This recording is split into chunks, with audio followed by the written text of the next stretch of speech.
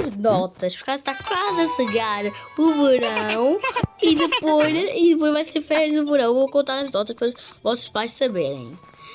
Eu posso contar a minha matéria, sim, como eu és de português e de matemática, posso dizer. Bem, é português. Aí sai daqui, eu não quero. Bem, a Maria teve um 8,5. O Mércio teve um 10. O Gabriela teve 5,5. E a Rebeca teve 1. O que eu tive 1? Mas eu estudei muito. Não estudaste nada. E as próximas notas vou mandar por e-mail. Diretor da escola, o que é que foi? Já está quase a começar as férias. Então, alunos podem ir embora. Tive boa nota e tu também. Fogo, por que tem sempre que ser eu? Vai-te embora. Se tu quiseres, podes fazer recuperação. Eu não quero estragar minhas férias de verão. De colocar batom no meu rosto. E depois maquiagem da Ângela. E depois tu lá os índios de volta como naquela vez. Cala-te, Rebeca. Vai logo para a tua casa que eu não quero ficar aqui. Tá bem, chato. O que aconteceu, mano?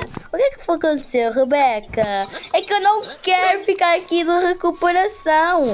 Mano, isso acontece, mas já aconteceu comigo. Lembras-te no primeiro ano? Sim, eu sei, mas tínhamos só 5 anos. Agora temos 12. Estamos no 6º ano. Não, estamos no 7º.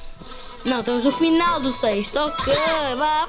Vamos, então, tchau. Então, como é que foi o teste de português? Qual foi a tua nota? Acho melhor de comer. Depois é que tu disse. Ok, mãe. Gente, eu acho que a Rebeca tirou uma nota. Eu acho que eu quero ir dormir. Eu também. Vamos dormir.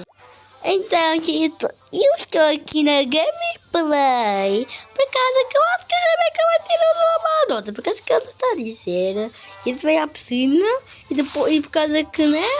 Depois de comer, ela disse que amanhã que a Rebeca vai dizer a nota. Desculpa, gente. Mas é verdade. É que a Rebeca disse que ela vai receber por e-mail.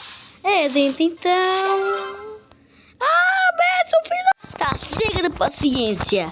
Fala a tua nota. Pera, tem que lavar as mãos. Sem pera. Tu tens que falar as tuas notas. Porque assim eu desconfio que tu tiraste 1. Mas. Vais ter que dizer agora ou vais ganhar uma chinelada. Fala logo, já estou a perder a paciência.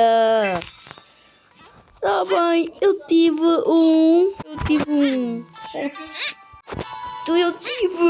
Ai, vai te chamar uma chinelada, sua filha de uma...